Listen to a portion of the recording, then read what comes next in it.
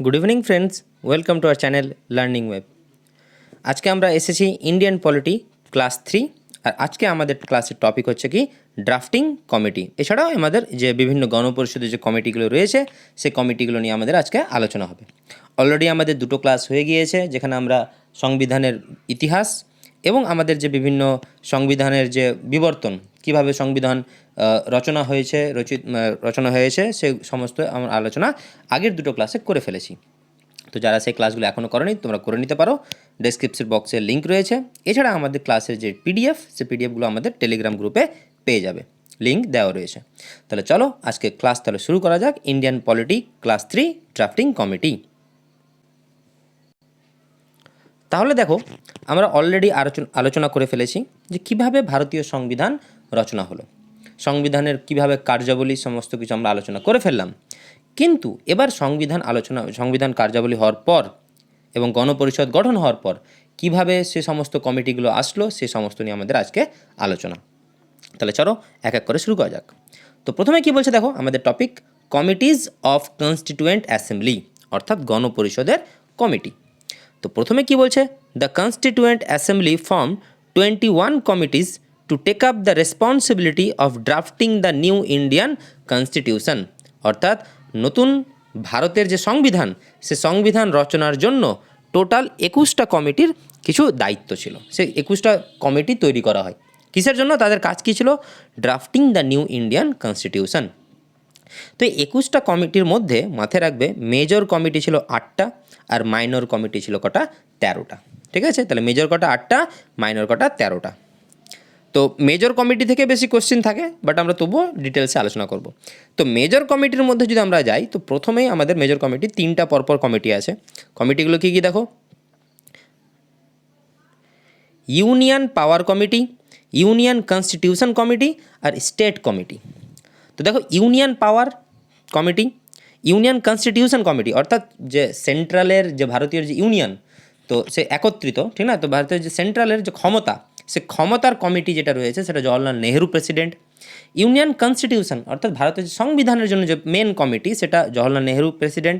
এবং state committee, state কমিটিটা কী ছিল, যে বিভিন্ন স্টেটের সঙ্গে যে নেগোসিয়েশন, সে নেগোসিয়েশনের যে কমিটি, তারও হেড কে ছিল জওহরলাল নেহেরু।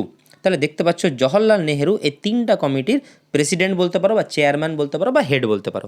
কী কী কমিটিগুলো, union power committee, union constitution committee আর স্টেট কমিটি। এই 3টা কমিটির চেয়ারম্যান বা প্রেসিডেন্ট বা হেড কে হচ্ছে পণ্ডিত জওহরলাল নেহেরু।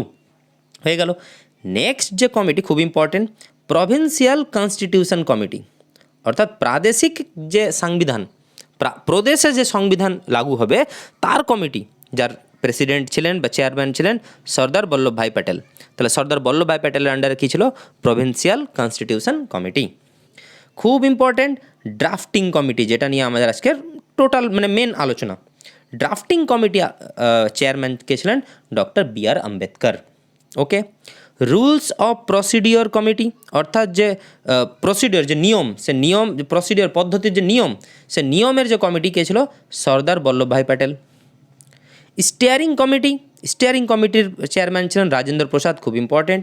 আর advisory committee on fundamental rights, অর্থাৎ মৌলিক অধিকারের জন্য যে অ্যাডভাইজারি কমিটি, উপদেষ্টা যে কমিটি, সেটার চেয়ারম্যান কে ছিলেন সর্দার বল্লভভাই প্যাটেল। তাহলে আমরা এখানে দেখতে পাচ্ছি 3টা কমিটি, যেখানে জওহরলাল নেহেরু রয়েছে চেয়ারম্যান। সে 3টা কমিটি কী কী একটু আলোচনা করে নিই, union power committee, union constitution committee আর স্টেট কমিটি। তেমনই আবার সর্দার বল্লভভাই প্যাটেলের আন্ডারে 3টা কমিটি ছিল। একটা হচ্ছে প্রভিন্সিয়াল কনস্টিটিউশন কমিটি, অর্থাৎ প্রদেশে সংবিধান লাগু হওয়ার committee, rules of procedure committee, আর আরেকটা ছিল কি ফান্ডামেন্টাল রাইটস কমিটি, খুব ইম্পর্টেন্ট, ফান্ডামেন্টাল রাইটস কমিটি। ঠিক আছে, 3টা কমিটির আন্ডারে কে ছিল সর্দার বল্লভভাই প্যাটেল চেয়ারম্যান। এক্সট্রা যে দুটো রয়েছে তার মধ্যে একটা রয়েছে ড্রাফটিং কমিটি, যেটা বি.আর. আম্বেদকর চেয়ারম্যান, আর স্টিয়ারিং কমিটি, যেটা কে ছিল রাজেন্দ্র প্রসাদ চেয়ারম্যান। তাহলে এখানে টোটাল আমরা 8টা মেজর কমিটি নিয়ে কিন্তু আলোচনা করে ফেললাম। এবার থাকলো কি মাইনর কমিটি 13টা। কিন্তু দেখো, এই যে ফান্ডামেন্টাল রাইটসের যে committee, advisory committee on fundamental rights, তার চেয়ারম্যান কে ছিলেন সর্দার বল্লভভাই প্যাটেল। এবার দেখো, মৌলিক অধিকার সংক্রান্ত এই কমিটিটিকে অ্যাকচুয়ালি আরও 4টা কমিটিতে ভাগ করা হয়, মানে উপকমিটি বলতে পারো। দেখুন লাইনটাও বলছি, advisory committee on fundamental rights had 4 more sub committee.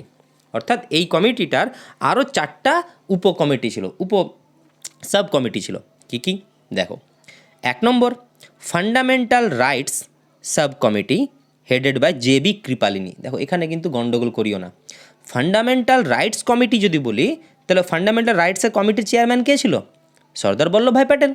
কিন্তু ফান্ডামেন্টাল রাইটস সাব কমিটি কে ছিল? হেড ছিল J B. Kripalani. Minorities sub committee headed by H C. Mukherjee. অর্থাৎ এস.সি. মুখার্জি কিসের কমিটির চেয়ারম্যান ছিলেন? মাইনরিটিসদের জন্য, সংখ্যালঘুদের জন্য সাব কমিটি। তারপর North east frontier tribal Areas and Assam excluded and partially excluded areas sub committee headed by Gopinath Bordoloi. তাহলে এই নামটা ইম্পর্টেন্ট, গোপীনাথ বরদলৈ। এটা কি বলছে? নর্থ ইস্ট ফ্রন্টায়ার ট্রাইবাল, অর্থাৎ যে উত্তর পূর্বে যে ট্রাইবাল এরিয়া রয়েছে, মিজোরাম, মেঘালয়, মণিপুর, আসাম, অরুণাচল প্রদেশ, ঠিক আছে, তো তাদের যে সাব কমিটি, সে ট্রাইবাল এরিয়াদের জন্য যে সাব কমিটি, সেটা হেড কে ছিলেন? গোপীনাথ বরদলৈ। কিন্তু excluded and partially excluded area other than Assam, দেখো আসাম ওইখানে ইনক্লুডেড হয়ে বলতে পারো গোপীনাথ বরদলৈ, যেটা নর্থ ইস্ট ফ্রন্টিয়ার আন্ডারে ছিল। কিন্তু আসাম বাদে বাকি সমস্ত যে এরিয়াগুলো রয়েছে, সে সমস্ত এরিয়ার সাব কমিটির হেড কে ছিলেন? এ.ভি. ঠক্কর। তাহলে এখানে দেখো 4টা নাম খুব ইম্পর্টেন্ট। কি? Fundamental rights sub committee headed by J B. Kripalani, minority sub committee headed by H C. Mukherjee, north east frontier tribal areas Assam excluded partially excluded area sub committee Gopinath Bordoloi, and excluded and partially excluded area other than Assam, মানে আসাম বাদে বাকি সমস্ত এরিয়ার জন্য sub committee কে ছিলেন? এ.ভি. ঠক্কর। তো দেখো এটা কিন্তু ফান্ডামেন্টাল রাইটসেরই কমিটি, যেটা সর্দার বল্লভভাই প্যাটেল ফান্ডামেন্টাল রাইটসের কমিটি চেয়ারম্যান ছিলেন। কিন্তু সেই কমিটির 4টা সাব কমিটি ছিল কি এই ফান্ডামেন্টাল রাইটসের। তার মধ্যে একটা সাব কমিটি ফান্ডামেন্টাল রাইটস, একটা মাইনরিটি, একটা আসাম এরিয়ার ট্রাইবাল এরিয়া নর্থ ইস্ট, একটা ওই আসাম বাদে বাকি সমস্ত এরিয়ার। ওকে, তাহলে আমরা এখানে দেখতে পেলাম মেজর কমিটি 8টা নিয়ে আমাদের আলোচনা হয়ে গেল। পিডিএফটা একবার পড়ে নেবে, তাহলে সমস্ত কিছু মুখস্থ হয়ে যাবে। দেখো মাইনর কমিটি আমরা দেখতে পেলাম 21, দেখতে পাচ্ছ 21 কমিটি টোটাল, তার মধ্যে 8টা মেজর এবং 13টা কি মাইনর। তাহলে মাইনর কমিটিগুলো নিয়ে আমরা আলোচনা করি। তো মাইনর কমিটির মধ্যে যদি আমরা এক এক করে পড়ি, কনস্টিটিউয়েন্ট ফাংশনস, অর্থাৎ আমরা এটা আগেও পড়েছি যে সাংবিধানিক যে কার্যাবলী, কনস্টিটিউয়েন্ট ফাংশনস, তার কমিটির চেয়ারম্যান কে ছিলেন? জি.ভি. মাভলঙ্কর। অর্ডার অফ বিজনেস, অর্থাৎ বিজনেস অর্ডারের সাব কমিটির কে চেয়ারম্যান ছিলেন? কে.এম. মুন্সি। হাউস কমিটি ছিলেন পট্টাভি সীতারামাইয়া। ইম্পর্টেন্ট, এটা কিন্তু কোশ্চেন পড়ে যে হাউস কমিটির চেয়ারম্যান কে ছিলেন? Pattabhi Sitaramayya. Ad hoc committee on national flag, অর্থাৎ জাতীয় পতাকার জন্য যে অ্যাডহক কমিটি, তার চেয়ারম্যান ছিলেন রাজেন্দ্র প্রসাদ। দেখো রাজেন্দ্র প্রসাদ ওখানে কী ছিল? স্টিয়ারিং কমিটির ছিল, মাথায় রাখবে। Special committee to examine the draft constitution, Jawaharlal Nehru. দেখো ড্রাফট কমিটির আমরা যদি চেয়ারম্যান বলি তো রাজেন্দ্র প্রসাদ ছিলই, কিন্তু একটা স্পেশাল কমিটি ছিল যেটা ড্রাফটের যে সংবিধান হচ্ছিল, সে ড্রাফট কমিটিকে এক্সাম করতো, মানে স্ক্রুটিনি বলতে পারো। যে ড্রাফট কমিটি যেটা রয়েছে রাজেন্দ্র প্রসাদের আন্ডারে, সে ড্রাফট কমিটির আবার এক্সামিন মানে স্ক্রুটিনি যে কমিটি, সেই কমিটির চেয়ারম্যান কে ছিলেন? জওহরলাল নেহরু, মাথায় রাখবে। তারপর ক্রেডেন্সিয়াল কমিটি আল্লাদি কৃষ্ণস্বামী আইয়ার। ক্রেডেন্সিয়াল কমিটির চেয়ারম্যান কে ছিলেন? আল্লাদি Krishnaswami Iyer. Finance and staff committee, অর্থাৎ আর্থিক যে ফাইন্যান্স দিকটা কমিটির কে বলতে পারো? ডক্টর রাজেন্দ্র প্রসাদ। এটা একটু মিস্টেক হয়েছে, প্রেস হবে, ঠিক না, সংবাদ প্রেস গ্যালারি কমিটি যদি আমরা এখানে বলি, প্রেস গ্যালারি কমিটি উষা নাথ সেন। এটাও একটু মিস্টেক হয়েছে, নামটা আমি ঠিক করে দেবো, উষা নাথ সেন, ঠিক আছে। তাহলে প্রেস গ্যালারি কমিটি চেয়ারম্যান কে ছিলেন? উষা নাথ সেন। তারপর চিফ কমিশনার প্রভিন্সেস কমিটি, অর্থাৎ যে প্রদেশের যে চিফ কমিশনারের জন্য যে কমিটি, সে কমিটি চেয়ারম্যান ছিলেন Pattabhi Sitaramayya. Commission on linguistic provinces, এটা ইম্পর্টেন্ট, পরবর্তীতে আমরা আলোচনা করবো যে ভাষার জন্য যে কমিটি হয়েছিল, সে কমিটির চেয়ারম্যান কে ছিলেন? S K. Dhar. Okay, expert committee on financial provision Nalini Ranjan Sarkar, অর্থাৎ ফাইন্যান্সিয়াল যে প্রভিশন ছিল, যে আর্থিক যে দিকটা, সেটার জন্য একটা এক্সপার্ট কমিটি ছিল, সে কমিটির চেয়ারম্যান কে ছিলেন? নালিনী রঞ্জন সরকার। তাহলে এখানে একটু খালি তোমরা চেক করে নাও, ফাইন্যান্স কমিটি রাজেন্দ্র প্রসাদ ছিলই, আর তার সঙ্গে সঙ্গে expert committee on financial provision কে ছিল Nalini Ranjan Sarkar. Ad hoc committee on supreme court অর্থাৎ সুপ্রিম কোর্টের অ্যাডহক কমিটি, আর অ্যাডহক কমিটি অন সিটিজেনশিপ অর্থাৎ সুপ্রিম কোর্ট এবং সিটিজেন সংক্রান্ত যে কমিটি, সে কমিটির দুটো চেয়ারম্যান ছিলেন এস ভারাদাচারী। তাহলে এই নামগুলো ইম্পর্টেন্ট এবং এগুলো একবার বা দুইবার একটু মুখস্থ করে দেখে নেবে, তাহলে আশা করি সমস্ত কিছু মনে চলে আসবে। তাহলে আমরা দেখতে পাচ্ছি যে 21টা কমিটির মধ্যে 8টা মেজর এবং 13টা মাইনর কমিটি আমাদের আলোচনা হয়ে গেল। ওকে, ঠিক আছে। তো দেখো, এতগুলো কমিটির মধ্যে মোস্ট ইম্পর্টেন্ট যে কমিটি সেটা হচ্ছে ড্রাফটিং কমিটি। কোন কমিটি? Drafting committee. ঠিক আছে, তো দেখো, drafting committee of the constitution কি বলছে? Drafting committee was established on 29 August 1947, অর্থাৎ 1947 সালের 29শে আগস্ট ড্রাফটিং কমিটি তৈরি করা হয়। তাহলে স্বাধীনতা পেয়েছে কখন? দেখতে পাচ্ছ 1947 15 আগস্ট, তার 2 সপ্তাহ পর 14 দিন পর ড্রাফটিং কমিটি এস্টাবলিশ করা হয়। তো ড্রাফটিং কমিটির কাজ কী ছিল? ড্রাফট মানে আমরা সবাই জানি খসড়া, ঠিক না? একটা কবিতা লিখছো, তো একটা কবিতা লেখার আগে তুমি সঙ্গে সঙ্গে তো কবিতা লিখতে পারবে না। হয়তো কিছু একটা লিখলে তোমার কিছু মনে হলো যে না এটা ঠিক হবে, এটা মিস্টেক হয়েছে, তো ওই যে তুমি একটা রাফলি যে একটা কিছু ইউজ করলে, তারপর সেটাকে উপস্থাপন করলে, তো এই রাফলি করাটাকে আমরা কী বলবো? ড্রাফট, ঠিক না? তো অ্যাকচুয়ালি সংবিধান তৈরি করার আগে অনেক চিন্তা ভাবনা করে অনেক দেশের কাছ থেকে, অনেক বিভিন্ন দেশের অনুকরণে আমাদের ভারতীয় সংবিধান রচনা হয়। তো প্রশ্ন হচ্ছে, একেবারে তো একদিনেই বা আজকে বললাম যে আচ্ছা এটা কমিটির, এটা সংবিধান, এটা নিয়ম হবে, তা তো না। সংবিধানের কিছু রচয়িতা হয়েছিল, কিছু লিখেছিল, তার মধ্যে কিছু সংশোধন হয়েছে, কিছু অ্যাকসেপ্ট হয়েছে, কিছুকে রিজেক্ট করা হয়েছে। তো এই ড্রাফটিং কমিটির দায়িত্ব কী ছিল? সংবিধান রচনা করা। আর যার চেয়ারম্যান কে ছিল? ড্রাফটিং কমিটির চেয়ারম্যান, এটা আমরা একটু মিস্টেক হয়েছে, ড্রাফটিং কমিটির চেয়ারম্যান এখানে আমরা দেখতে পাচ্ছি B.R. আম্বেদকর, ঠিক না? এটা একটু মিস্টেক হয়েছে, এখন আমরা ঠিক করে দেবো। ড্রাফটিং কমিটির চেয়ারম্যানকে B.R. আম্বেদকর, এটা প্রিন্টিং মিস্টেক হয়েছে, আসছি আমরা। যাই হোক, তো আমরা কি ওই জন্য বললাম যে ড্রাফটিং কমিটির কাজই ছিল যে একটা ড্রাফট তৈরি করা ভারতীয় সংবিধানের। তো ওই জন্য বলছে, দেখো, the function of the drafting committee was to formulate a rough draft, একটা রাফভাবে একটা ড্রাফট তৈরি করা অফ দ্য নিউ কনস্টিটিউশন, ভারতের নতুন সংবিধানের।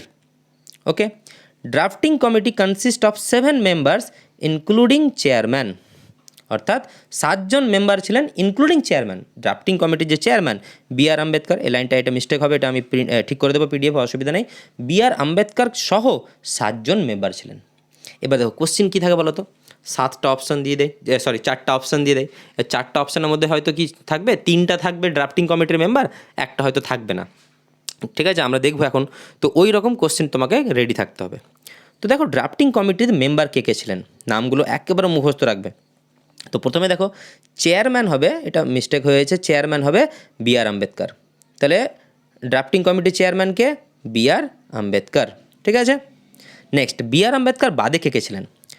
2 নম্বরে দেখো গোপালাস্বামী আয়াঙ্গার, গোপালাস্বামী আয়াঙ্গার। 3 নম্বরে সৈয়দ মোহাম্মদ সাদুল্লাহ। 4 নম্বরে আল্লাদি কৃষ্ণস্বামী আইয়ার। 5 নম্বরে K.M. মুন্সি। তাহলে দেখো, এই 5টা নাম তোমাকে মুখস্থ রাখতে হবে: B.R. আম্বেদকর, গোপালাস্বামী আয়াঙ্গার, সৈয়দ মোহাম্মদ সাদুল্লাহ, আল্লাদি কৃষ্ণস্বামী আইয়ার আর K.M. মুন্সি। এই 5টা নাম তো তোমাকে মুখস্থ রাখতে হবে। এবার 6-7 একটু প্রবলেম আছে, সেই 6-7 কি? তো দেখো, শুরুতে প্রথমে কমিটির মেম্বার করা হয় B.L. মিত্তারকে। তো তিনি রিজাইন দিয়ে দিয়েছিলেন, কেন? অন হেলথ ইস্যু, তার শারীরিক অবস্থা খুব এতটা ভালো না থাকায় B.L. মিত্তার প্রথমে তো ছিলেন, কিন্তু B.L. মিত্তার কী করলেন, নিজের নামটা ড্রাফটিং কমিটি থেকে তুলে নিলেন যে আমি একটু অসুস্থ, এত পারবো না। তো যার জন্য B.L. মিত্তারের জায়গায় আসলেন কে? N. মাধব রাও, ঠিক আছে। তাহলে ড্রাফটিং কমিটির 7টা মেম্বারের মধ্যে B.L. মিত্তার প্রথমে ছিলেন, উনাকে রিপ্লেস করলেন কে? N. মাধব রাও। ঠিক সেই রকমই প্রথমে ছিলেন D.P. খাইতান, কিন্তু D.P. খাইতান 1948 সালে মারা যান, যার জন্য তার জায়গায় আসলেন T. কৃষ্ণমাচারী। ওকে, তাহলে নামগুলো কিন্তু ইম্পর্টেন্ট। আমি আরেকবার বলছি, মন দিয়ে শুনে নাও। 7 জন মেম্বার ছিলেন, প্রথমে আসবে কে? চেয়ারম্যান সহ 7 জন অবশ্যই, ঠিক আছে। তো চেয়ারম্যানে ছিলেন B.R. আম্বেদকর, তারপরে এন গোপালাস্বামী আইয়াঙ্গার, 3 নম্বরে সৈয়দ মোহাম্মদ সাদুল্লাহ, 4 নম্বরে আল্লাদি কৃষ্ণস্বামী আইয়ার, 5 নম্বরে কে এম মুন্সি। এই 5টাতে তো গণ্ডগোল হবে না। এবার 6 নম্বরে আসবে কি এন মাধব রাও। এন মাধব রাও, এন মাধব রাও কিন্তু কাকে রিপ্লেস করেছিলেন? বিএল মিত্তারকে। কেন করেছিলেন? তিনি রিজাইন দিয়েছিলেন তার শারীরিক অবস্থার জন্য। আর 7 নম্বরে ছিলেন ডিপি খাইতান, কিন্তু ডিপি খাইতান 1948 সালে মারা যান, যার জন্য তার জায়গায় আসে কে? টি কৃষ্ণমাচারী। তো এই হচ্ছে ড্রাফটিং কমিটির 7 জন মেম্বার। তারপরে ড্রাফটিং কমিটি টুক 141 ডেজ, খুব ইম্পর্টেন্ট। ড্রাফটিং কমিটি 141 দিন নেয় এবং 11টা সেশন মানে 11টা অধিবেশন নেয় টু প্রিপেয়ার দ্য ড্রাফট, অর্থাৎ 141 দিন ধরে কাজ করছিল এই সংবিধানের উপর। This draft become the basis of discussion which letter transform the various provisions of constitution of India. মানে ড্রাফট কী করলো যে এই ড্রাফটটা প্রকাশ করলো এবং তার মধ্যে যে এগুলো যে আলোচনা হয়েছে, যে বেসিস অফ ডিসকাশন, আলোচনার বেসিসে ড্রাফটটাকে কী করা হয়েছে পরবর্তীকালে ভারতীয় সংবিধানের জন্য অ্যাকসেপ্ট বা উপস্থাপন করা হয়েছে। তো মাথায় রাখবে এখানে ইম্পর্টেন্ট কোশ্চেন যে ড্রাফটিং কমিটি কতদিন সময় নিয়েছিলেন ড্রাফট করার জন্য, মানে সংবিধান রচনা করার জন্য? অ্যান্সার হবে 141 দিন, এবং তার মধ্যে 11টা সেশন বসেছিল, অর্থাৎ 11টা সেশনে বারবার তাদের বসা হয়েছে যে এখানে ঠিক করতে হবে, এখানে ঠিক করতে হবে, ইত্যাদি ইত্যাদি। তো এই হচ্ছে ড্রাফটিং কমিটির কনসেপ্ট। এবার দেখো দ্য ফাইনাল ড্রাফট, এই যে লাইনটা দেখো, the final draft of the constitution on or the first reading. দেখো লাইনটা বুঝো, ফাইনাল যে ড্রাফট, যেটা একবারে ফুলফিল, যে হ্যাঁ এবার আমাকে এটা পেশ করতে হবে, এটা ফাইনাল ড্রাফট, এবং তার সঙ্গে সঙ্গে ওটা হচ্ছে ফার্স্ট রিডিং, কারণ ওইটা তো আমাকে পড়তে হবে প্রথম।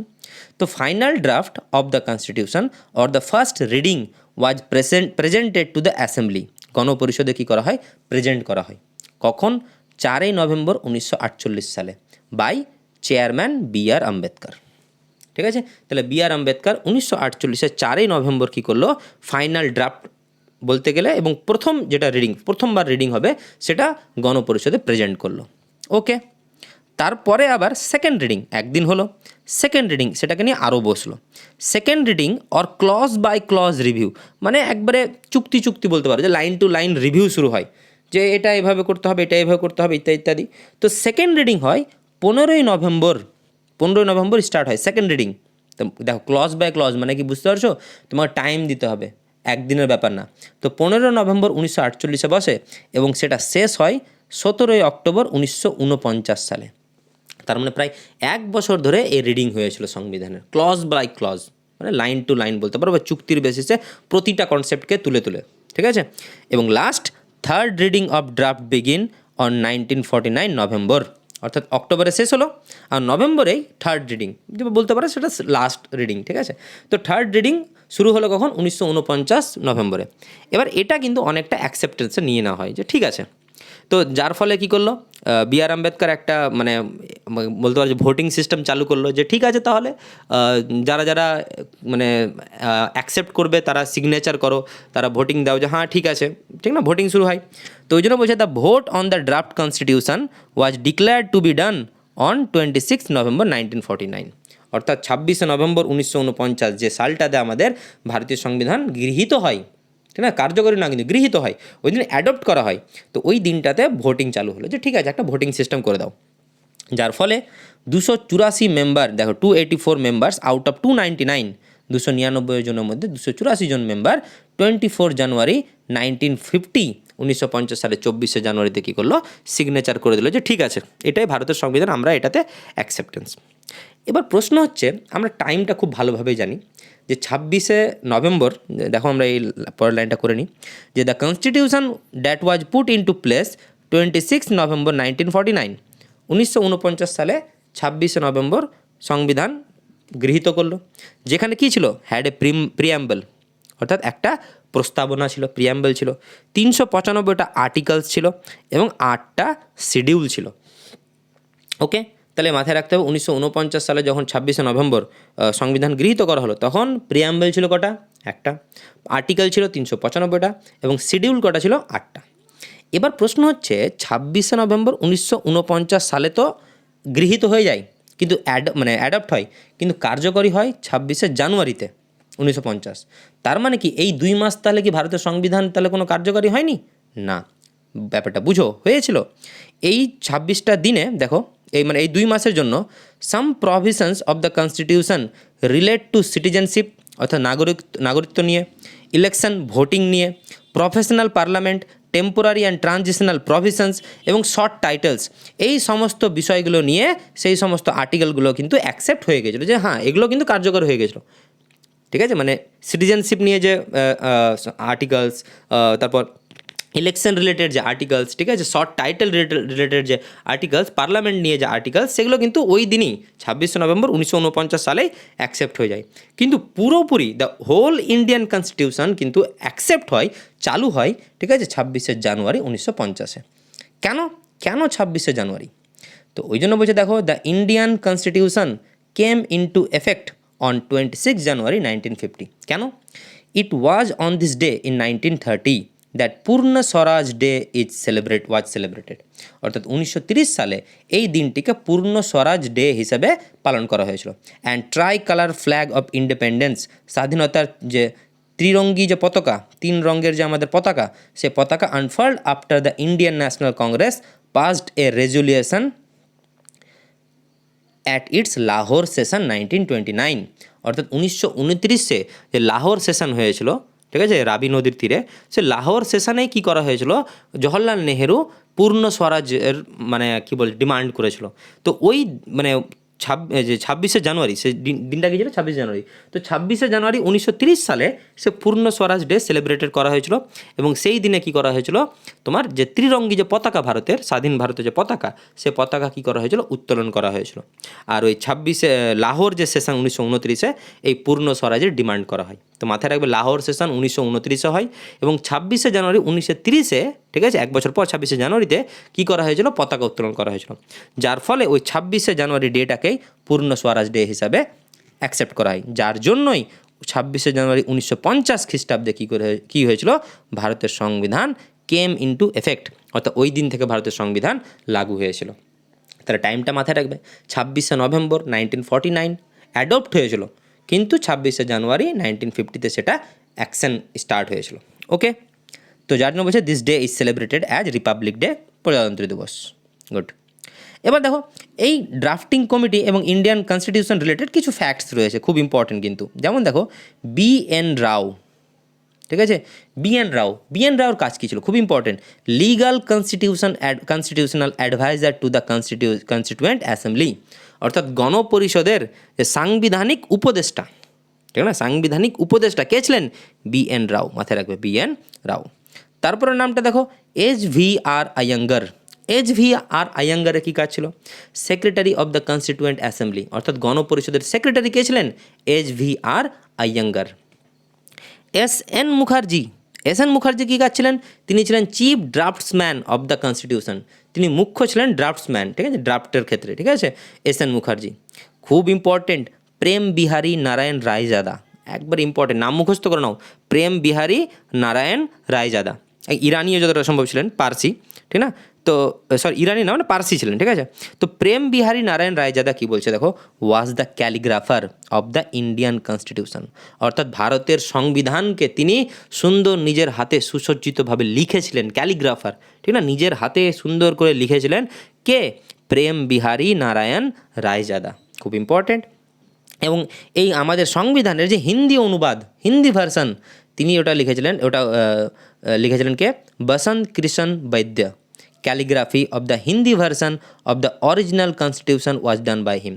তাহলে দুটো নাম ইম্পর্টেন্ট, কি প্রেম বিহারী নারায়ণ রায়জাদা, যিনি ক্যালিগ্রাফার ছিলেন ইন্ডিয়ান কনস্টিটিউশনের মেন, আর এই ইন্ডিয়ান কনস্টিটিউশনের যে হিন্দি ভার্সনকে লিখেছিলেন কে, বসন্ত কৃষ্ণ বৈদ্য। এটাকে সুসজ্জিত করেছেন একটা খুব ইম্পর্টেন্ট নাম, নন্দলাল বোস, NL বোস। এই কী করেছিলেন নন্দলাল বোস, এই ভারতের সংবিধানে ক্যালিগ্রাফি যেটা লেখা হয়েছিল তারপর সেটাকে সুসজ্জিত করেছিলেন নন্দলাল বোস। তাহলে নামগুলো ইম্পর্টেন্ট, ঠিক আছে। এখান থেকে বেশি ইম্পর্টেন্টের মধ্যে দুটো মাথায় রাখবে, একটা হচ্ছে বি.এন. রাও, যিনি ছিলেন সাংবিধানিক উপদেষ্টা, আর প্রেম বিহারী নারায়ণ রায়জাদা, যিনি ছিলেন ক্যালিগ্রাফার, আর হিন্দিতে অনুবাদ করেছিলেন বসন্ত কিষণ বৈদ্য। তো এই হচ্ছে আমাদের ভারতের সংবিধানের ড্রাফটিং কমিটি রিলেটেড একটা ক্লাস। ঠিক আছে, তো আমাদের আজকে ইন্ডিয়ান পলিটি একটা ছোটো ক্লাস হয়ে গেল। কালকে আমরা ইন্ডিয়ান কনস্টিটিউশনের প্রিয়াম্বল এবং সোর্স অফ ইন্ডিয়ান কনস্টিটিউশন নিয়ে আলোচনা করব।